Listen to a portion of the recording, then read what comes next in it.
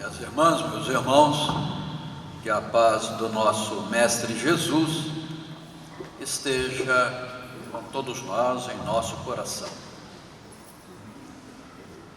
É uma honra e uma alegria sempre renovada retornar ao nosso templo Tupiara, particularmente para comemorar essa data e esse mês tão significativo para a doutrina espírita, e não apenas para a doutrina espírita, mas podemos dizer para toda a comunidade que necessita do amparo espiritual por essa falange comandada por Bezerra de Menezes.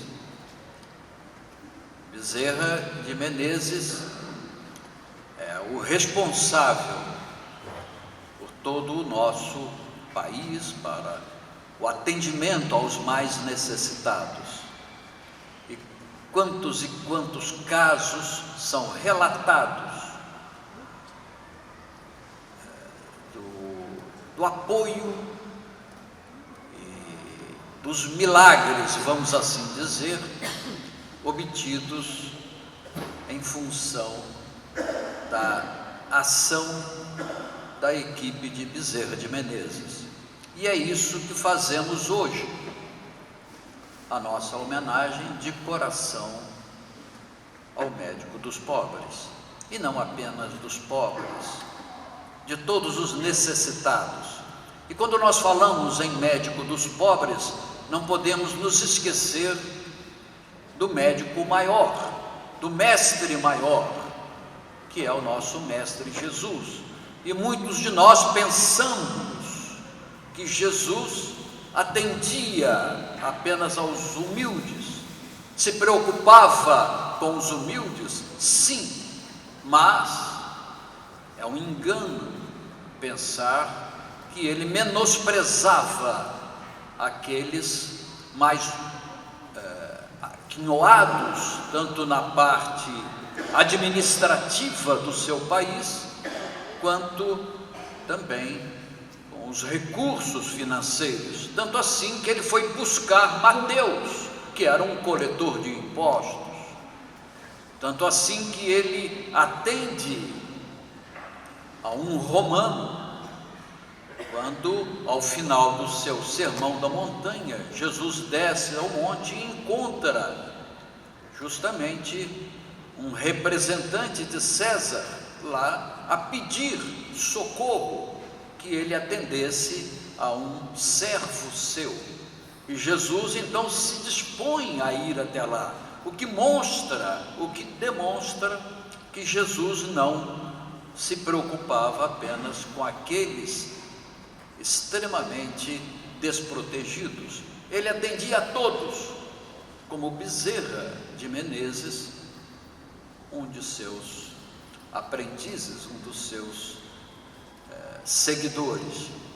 E Jesus, quando se propõe a ir até a casa daquele romano, ele diz assim, uma frase que todos nós já conhecemos: Senhor, eu não sou digno que vás até minha casa.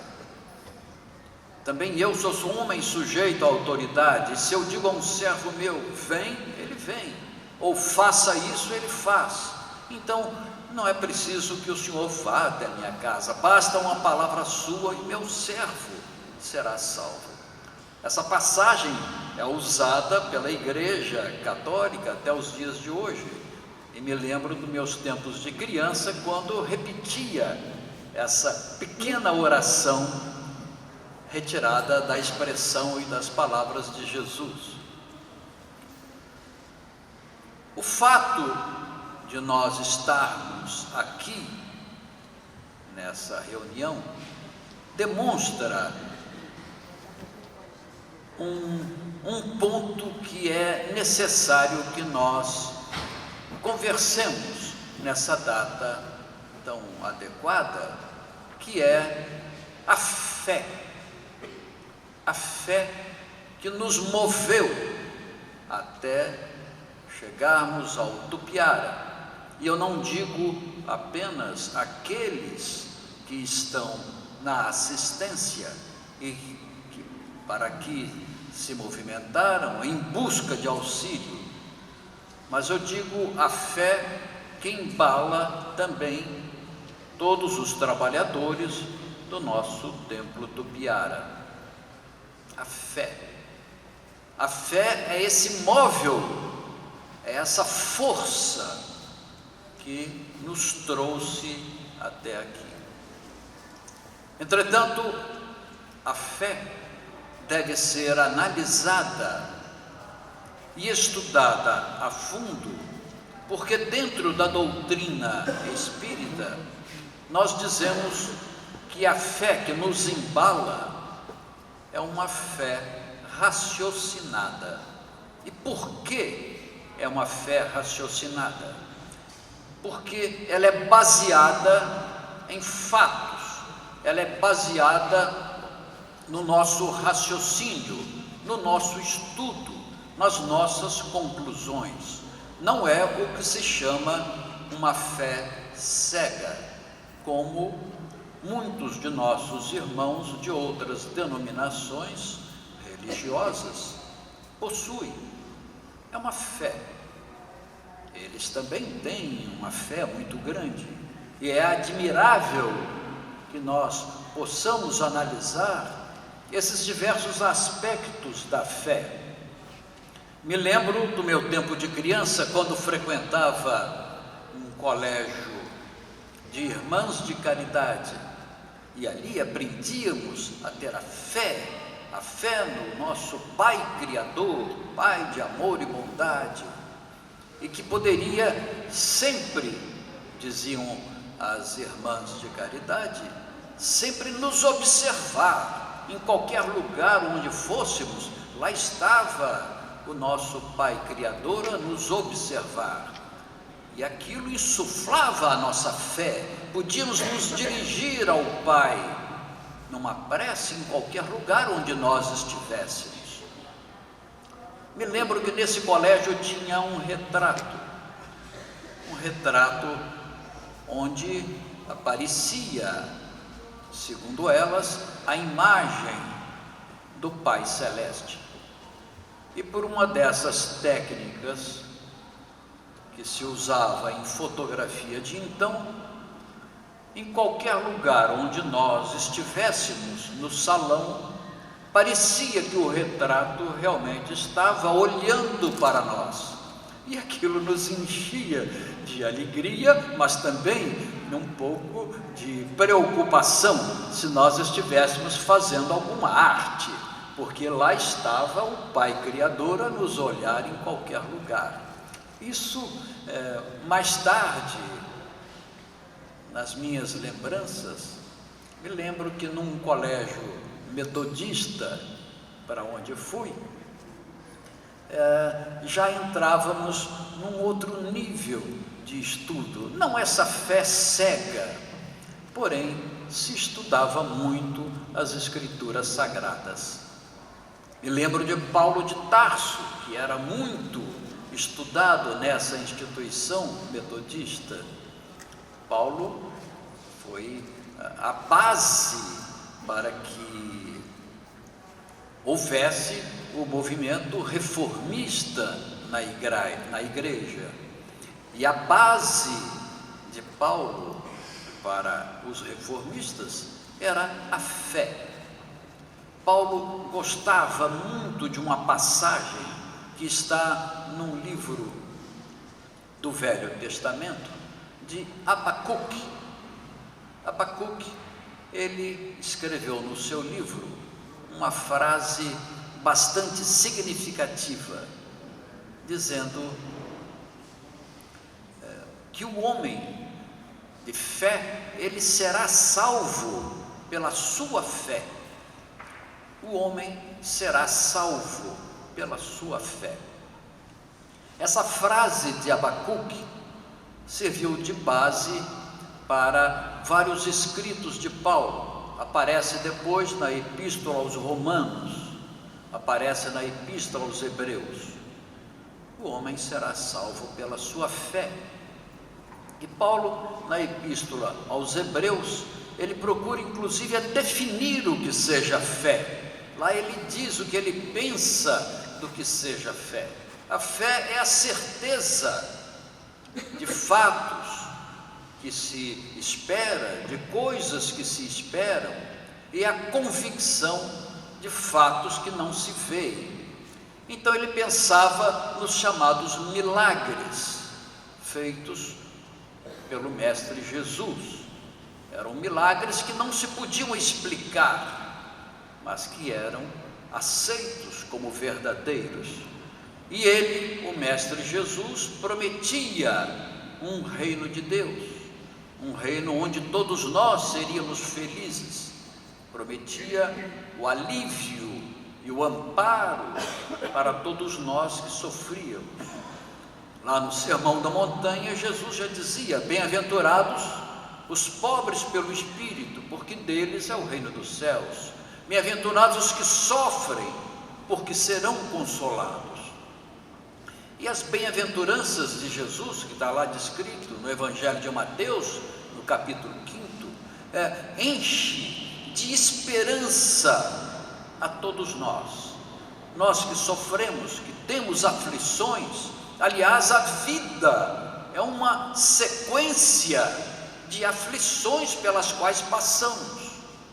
Talvez seja o móvel ou o motivo que nos tenha trazido até esse templo de oração, as aflições, o sofrimento, porque a grande maioria daqueles que procuram uma ajuda espiritual é baseada justamente nas aflições pelas quais passamos, no sofrimento que estamos experimentando. Então, podemos realmente admitir que a grande maioria dos que estão aí na assistência, aqui vieram em busca de auxílio, em busca de um conforto, de uma explicação para as aflições que passam. E os médiuns que aqui estão, possivelmente um grande número passou por esse lugar primeiro, e depois de descobrirem o que estava por trás do alívio que sentiram, começaram a estudar, começaram a observar, começaram a desenvolver as suas capacidades de auxílio aos mais necessitados, e aqui vieram ocupar essa posição, que é uma posição tão significativa, porque mostra que são realmente discípulos do nosso Mestre Jesus, que nos dizia que devemos amar ao próximo como a nós próprios. E é isso que demonstram nesse trabalho feito com tanto amor, com tanta dedicação. Mas Paulo, ao dizer que a fé seria a base da salvação, e isso serviu de base para os reformistas, não estava de todo convencido dessa frase, porque em outros escritos ele abordou a fé de uma maneira diferente. Existe na primeira epístola aos Coríntios uma elegia que ele faz, um poema lindo que ele faz e que compara a fé com a esperança e com o amor. Isso está no capítulo 13 da primeira epístola aos Coríntios. E é muito bonito esse, quase que um poema, mas ele, ao comparar a fé, a esperança E o amor, ele termina por dizer assim: esses três permanecem, a fé, a esperança e o amor. Entretanto, o maior deles é o amor. Então ele, quando compara a fé e a esperança, que é o que nos move, que nos moveu para virmos até aqui, ele termina por dizer: ainda que tenhamos a fé, a esperança, temos que ter o amor dentro de nós. E é por isso que então eu aproveito essa oportunidade hoje para exaltar a fé e a esperança de todos nós que estamos aqui em busca de auxílio, mas lembrá-los de que o maior do que a fé e a esperança está o amor ao próximo. E esse é o caminho que todos nós temos que percorrer, mais cedo ou mais tarde. E para que alcancemos esse nível, nós temos que nos modificar, procurar as causas das nossas aflições. Muitos de nós dizemos assim: eu estou sofrendo porque Deus quis, o que é uma frase bastante errada de quem diz e errada para quem aceita. Deus não quer o nosso sofrimento, temos que ter a certeza disso. O Pai Criador é Pai de amor e de bondade, Ele não quer o nosso sofrimento. Mas muitos falam assim: mas eu sofro, e por que eu sofro, se eu não vejo razão para o meu sofrimento? Principalmente aqueles que perdem um ente querido, um filho, um parente próximo, o companheiro, a companheira. Como se explica que o destino venha buscar justamente na minha família, como dizem, essa pessoa amada e o leva? Então, ao não encontrar uma resposta, em geral, essas pessoas que antes podiam manter uma fé e uma esperança numa vida boa, numa vida melhor, numa vida de alegria, de felicidade, caem no desespero, porque não encontram uma justificativa para o seu sofrimento. E muitos então ou caem no materialismo ao dizer: Deus não pode ser de amor e de bondade, não pode existir, porque não há uma justificativa para que eu sofra tanto sem encontrar um motivo. Outros, entretanto, falam justamente o contrário: foi Deus que quis. E todas as duas frases não correspondem à verdade, não correspondem à realidade.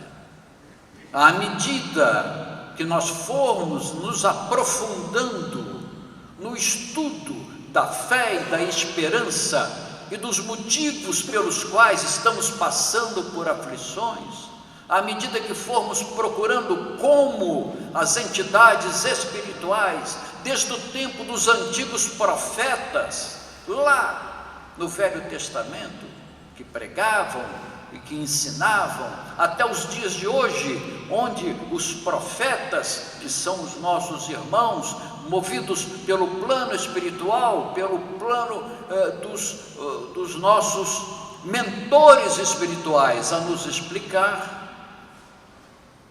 através de Kardec e de outros que seguiram o ensino de Kardec, o nosso Chico Xavier, André Luiz, Emmanuel, tantos que escreveram e que nos alertam para o fato que existe a lei da reencarnação e não podemos fugir dela. Ela está lá nas Escrituras Sagradas. Lá no Novo Testamento, lá no Antigo Testamento, fala-se em vida após vida. Nós sabemos que Jesus próprio citava João Batista como o Elias que havia de vir. Os profetas diziam que o reino dos céus, o Messias, não viria antes de que Elias renascesse. E Jesus confirma em várias passagens de que Elias veio e que era João Batista. Basta abrir o Evangelho de Mateus e nós vamos encontrar lá essa afirmativa de Jesus. E uma outra passagem que é muito bonita para nós que somos espíritas, é uma passagem muito bonita e que fala na fé também. Jesus tinha subido ao Monte Tabor e chamou a Pedro, chamou a Tiago e a João, os irmãos Tiago e João, filhos de Zebedeu, e foram até o alto do moinho. Interessante é que Jesus sempre que ia em alguma missão assim especial, em algum lugar, ele chamava os três, particularmente Pedro, Tiago e João, os irmãos Tiago e João. E eles foram e subiram ao Monte Tabor, e lá tem aquele fenômeno da transfiguração, e eles veem uma nuvem muito bonita, e percebem a presença de Elias, de Moisés, Elias, e ali eles caem de susto ao chão, e Pedro fala assim: mestre, bom é estarmos aqui.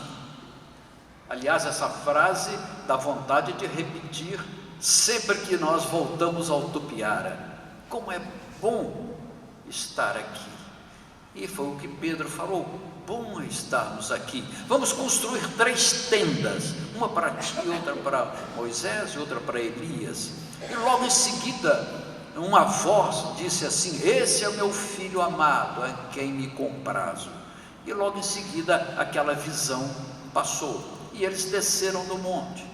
E quando perguntaram a Jesus sobre aquele fenômeno, sobre por que o reino dos céus, será que estava esperando ainda a vinda de Elias? E Jesus disse: em verdade vos digo que Elias já veio e fizeram com ele tudo o que quiseram.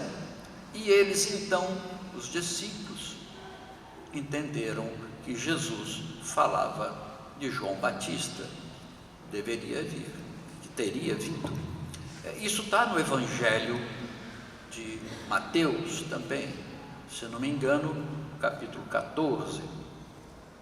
Então, essa passagem evangélica, quando eles chegam ao pé do Monte Tabor, eles encontram lá uma família, um pai desesperado, talvez mais desesperado do que todos nós já estivemos, porque o seu filho era completamente obsediado, e ele então se dirige a Jesus: mestre, eu preciso de socorro, o meu filho sofre muito, porque o demônio joga ele na água e joga no fogo, e eles podem morrer a qualquer momento, e eu apresentei aos teus discípulos, e eles não puderam curá-lo.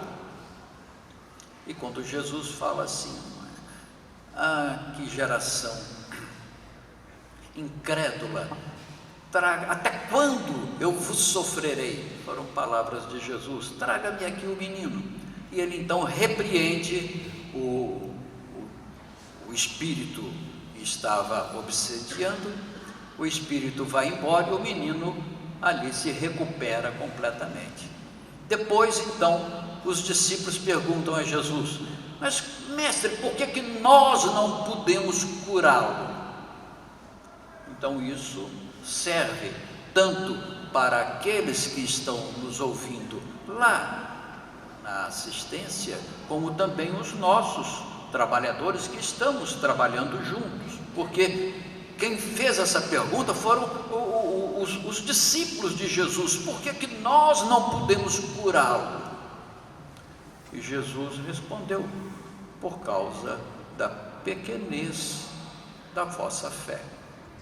Então vejam, por causa da pequenez da vossa fé. Então a fé é uma coisa muito singular. Ali estavam os apóstolos, os discípulos de Jesus, junto com o mestre, e não puderam curar o menino. Por que não podemos curá-lo? Eles perguntaram. E Jesus responde: pela pequenez da vossa fé. Porque se tiverdes fé como um grão de mostarda, vocês diriam a esse monte: saia daqui para lá, e ele se moveria.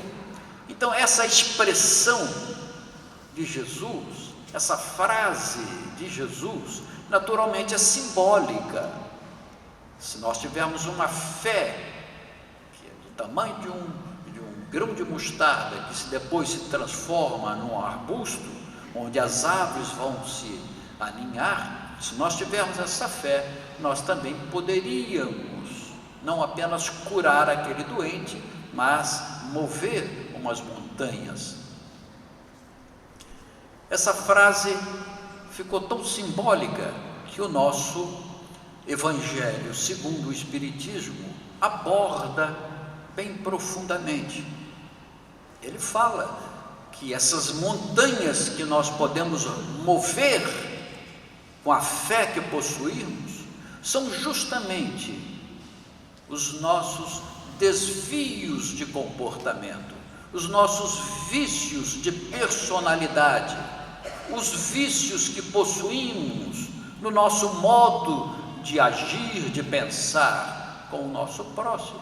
É a nossa ambição, é o nosso orgulho, é a nossa vaidade.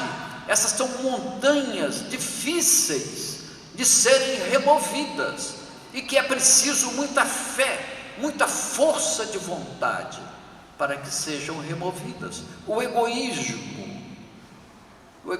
no Livro dos Espíritos é dito lá que é uma das maiores chagas da humanidade. E todos nós, nesse planeta de expiação e de provas, que é o nosso planeta Terra, onde estamos reencarnados, todos nós guardamos uma faceta qualquer do egoísmo, porque o egoísmo não é uma coisa única, ele se apresenta de várias maneiras. Aquele que é muito vaidoso, ele é egoísta. Aquele que é ambicioso é egoísta. Aquele que é ciumento é egoísta. Então, o egoísmo se apresenta de várias formas. Então, podemos saber que cada um de nós tem uma determinada face. Se não tivermos uma determinada, temos várias faces do egoísmo, mas nenhum de nós ainda se livrou, a não ser grandes gênios da humanidade espirituais que aqui estiveram, um Chico Xavier, um Francisco de Assis, uma Irmã Dulce. Então, tirando esses, todos nós, se olharmos profundamente o nosso íntimo, vamos encontrar uma determinada faceta do egoísmo. E essas são as montanhas que temos que remover com a fé que formos cultivando. O cultivo da fé também é um aspecto que devemos analisar, porque os nossos irmãos das outras denominações religiosas se baseiam muito nos ditos de Jesus que estão registrados principalmente no Sermão da Montanha, no Evangelho de Mateus, onde Jesus dizia: pedi e dar-se-vos-á, buscai e achareis, batei e abrir-se-lhe-á, pois todo o que pede recebe, o que busca encontra, e aquele que bate à porta se lhe abre. Pois qual é o pai que, tendo o filho lhe pedido um pão, vai lhe dar uma pedra? Ou qual é o pai que, tendo o filho pedindo um peixe, vai lhe dar uma serpente? Pois se vós que sois maus sabeis dar boas dádivas aos vossos filhos, o que dirá vosso Pai que está nos céus? Ele certamente vai atender ao nosso pedido. E baseado nessa frase de Jesus, e que mais tarde ainda disse: tudo que pedirdes ao Pai em meu nome, vocês vão obter. Baseado nessas duas frases de Jesus, muitos de nós, ao passarmos por aflições, por sofrimentos, caímos de joelho e rogamos ao Pai a cura, ou que pudéssemos superar essas dificuldades. Muitos conseguem, muitos não conseguem. E por que não conseguem? E o que fazem esses que não conseguem? Justamente eles vão falar: então Jesus nos enganou, ou então o Pai não é tão bom e tão justo assim, e caem no materialismo, que é uma chaga também da humanidade, e está graçando muito, porque não estudam e não conhecem a fundo a base do materialismo. Outros, porém, aqueles que, ao passar por essas aflições e ainda não conseguiram se livrar desses seus sofrimentos, mas que penetram num templo como esse, o nosso Tupiara, e começam a aprofundar no estudo das causas das aflições, vão aprender em pouco tempo, baseado na teoria da reencarnação, que todos nós somos os responsáveis pelas aflições que passamos. E essa responsabilidade não podemos jogar no ombro de ninguém. Nós somos os responsáveis pelos sofrimentos e pelas aflições que passamos. Não é Deus, porque Ele não quer o nosso mal. Ele quer que nós nos transformemos. E nós voltamos a esse mundo para aprender justamente isso, aprender cada vez mais a nos tornarmos melhores, nos tornarmos mais sociáveis, mais caridosos, mais amor ao próximo, que é isso que Jesus esperava de nós. E é esse o recado que Jesus veio trazer do Pai Criador, que nos amemos uns aos outros. Mas como nós guardamos rancor, como nós guardamos revolta contra o próximo, como nós conseguimos sempre ver o erro do próximo. E aliás, Jesus já dizia isso: por que nós vemos o erro do próximo, queremos tirar a trave do olho do próximo, se nós próprios temos uma trave no nosso próprio olho? Nós pensamos em juntar dinheiro cada vez mais, sempre pensando na matéria, no plano material. E Jesus já dizia: não junteis para vós tesouros na terra, onde a traça e a ferrugem corrói, onde os ladrões escavam e roubam, mas ajunteis para vós tesouros no céu, onde nem traça nem ferrugem corrói, onde os ladrões não escavam nem roubam. Porque aonde estiver o seu tesouro, aí estará o seu coração. Nós estamos sempre olhando o próximo, procurando um defeito, procurando um erro, e nunca procurando a melhor parte daquele que caminha conosco. E Jesus já dizia: são os teus olhos a lâmpada do corpo. Se os teus olhos forem bons, todo o teu corpo será luminoso. Mas se os teus olhos forem maus, todo o teu corpo estará em trevas. E caso a luz que em ti haja sejam trevas, que grandes trevas serão. Ou seja, a pessoa que tem a maldade em si, vê a maldade em todos, não consegue ver o lado positivo, o lado melhor de alguém. Sempre vemos o que é o ruim, ver as trevas em cada um, é ter as trevas dentro dos próprios olhos. E é isso, essas são as montanhas que temos que tirar de nós, mover essas montanhas que tanto nos afligem. Eu quero dizer aos irmãos que estamos aqui, movidos pela fé e pela esperança.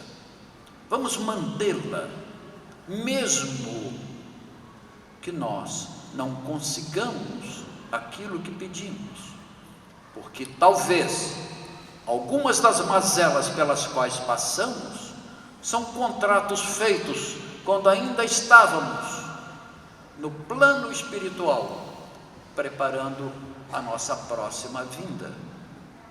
Porque muitos dos sofrimentos que estamos passando provêm de consequências do passado. Outras, porém, são consequências de escolhas nossas nessa própria vida, porque nós temos a liberdade de agir, de falar, da maneira que quisermos, de pensar. É o livre-arbítrio, temos o livre-arbítrio, mas muitos se esquecem da outra lei que caminha junto.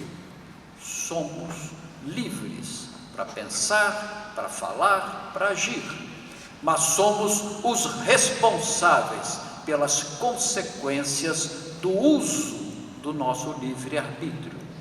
E se nós usamos ele mal, diferente, desviando dos conceitos cristãos que o nosso Mestre Jesus veio nos legar, certamente nós vamos colher os frutos que plantamos. Existe uma frase, apenas para terminar, porque já estamos no adiantado da hora, uma frase que vem desde o Velho Testamento, vem desde o livro de Jó. Jó foi quase contemporâneo com os patriarcas do Velho Testamento. Essa frase, depois de Jó, passou por uns 2 ou 3 escritores do Velho Testamento, foi até os Salmos de Davi, está lá nos Salmos de Davi. Depois Jesus repetiu essa frase, depois Paulo de Tarso repetiu essa frase em 2 epístolas, e a frase é a seguinte: o Senhor retribuirá a cada um segundo as suas obras. Isso, trocado em miúdos, nós somos os responsáveis pelas nossas obras e pelas consequências das obras. E a nossa doutrina também pensa assim. Vamos manter a fé, manter a esperança, mas vamos também desenvolver o amor, segundo Paulo de Tarso.